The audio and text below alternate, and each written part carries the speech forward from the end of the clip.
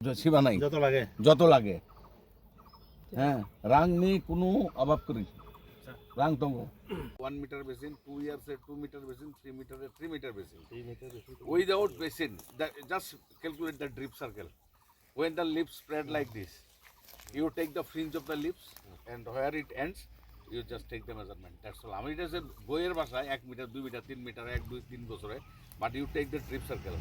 Where and also it should be raised the outer fringe so that the water falls here and it will recharge the rhizosphere.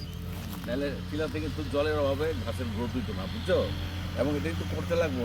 এইটা দেখো নতুন lip বেরিয়ে আছে কিছু মরছে, gap ফিলিংয়ের লিগা কিছু চারা ইয়ের দিব, যেমন ইয়ের ওই যে অয়েন ড্রাইভে কয়ে নিতে আছে মিনিমাম 50টা চারা দিতে পারবো না, রাফলি 50টি মহকুমা অন্তর্গত কালাছড়া আমরা অঞ্চলে দাঁড়িয়ে আছি। এখানে চা বাগান আমরা পেছনে দেখতে পাচ্ছেন এবং আমরা দেখেছি অন্য রাজ্যে যে অয়েল পাম্প, যে national mission for edible oil pump যে প্রকল্পটি ভারত সরকারের রয়েছে, অরুণাচল এবং অন্যান্য উত্তর পূর্বাঞ্চলের রাজ্যে চা বাগানের মধ্যে আমরা অয়েল পাম্প করতে দেখেছি এবং সফলতার সঙ্গে হচ্ছে এবং সেখানে খুব ভালো বাগান গড়ে উঠেছে।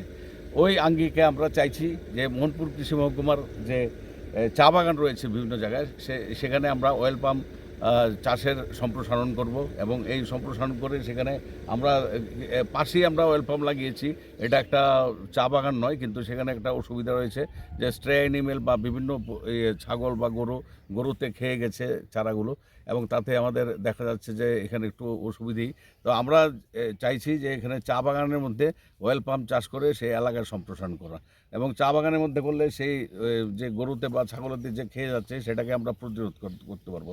তার জন্য আমি আমাদের এখানে উপস্থিত যে মোহনপুর কৃষি মহকুমার যে কৃষি তত্ত্বাবধায়ক রয়েছে সেই সৌমিত্র দে, তা আমি ওনার একটা মতামত আমি চাইছি এবং উনি আগামী দিনে একটা আমরা সবাই মিলে মিটিং করে এটা ঠিক করব। তা আমি এখন অনুরোধ করছি মাননীয় কৃষি তত্ত্বাবধায়ককে কিছু বলার জন্য। মোহনপুর কৃষি মহকুমার অন্তর্গত কালাছড়া চা বাগানে আছি। তো এখানে আমাদের কিছু অয়েল পাম্প প্ল্যান্টেশন হয়েছে 25-26 অর্থ বছরে। তো কিন্তু আমরা এবার আরও চাইছি যে আমরা আরও একটু এক্সপ্যান্ড করি এটাকে।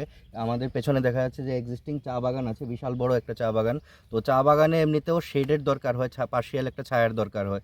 তো যদি আমরা অয়েল পাম্প চাষ করি এখানে, তো মানে দুটো মানে কাজ হয়ে যাবে একটা কাজে। যেমন চা বাগানে যেমন পার্শিয়াল শেড হবে, তেমনি আমাদের কৃষকদেরও মানে একটা অর্থকরী ফসল একটা চাষ করে ওদের আর্থিক উন্নতি করা সম্ভব হতে পারে। আর যেহেতু আমরা জানি যে এই অয়েল পাম্প চাষের জন্য সরকার বিভিন্ন সুযোগ সুবিধা দিয়ে দিচ্ছেন, মোটামুটি বলতে গেলে একদম চারা থেকে শুরু করে হারভেস্টিং পর্যন্ত পুরো মানে প্রক্রিয়াটাই সরকার মানে দেখছে বা দপ্তর দেখছে। আর আর্থিক সাহায্যেরও কোনো অভাব নেই। এখানে পুকুর থেকে শুরু করে কৃষি যন্ত্রাদি বিভিন্ন কিছুর সুবিধা আছে।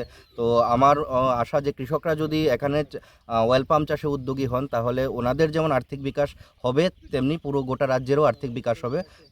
তো এই আশা নিয়ে আমি চাইবো যে এই 26-27 অর্থ বছরে আমরা যেন আরও বড় আকারে আরও বিপুল মানে সংখ্যক চা বাগানের মধ্যে অয়েল পাম্প চাষ করতে পারি।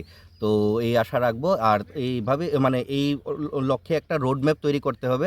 তার জন্য আমরা মানে একদম খুব সহজেই একটা মিটিং করব, সব স্টেক হোল্ডারদেরকে নিয়ে। কৃষকরা থাকবেন, পিআরআই বডি মেম্বাররা থাকবেন, আমাদের দপ্তরের অফিসাররা আধিকারিকরা থাকবেন। তো একটা রোডম্যাপ তৈরি করে আমরা সেই লক্ষ্যে এগিয়ে যাব।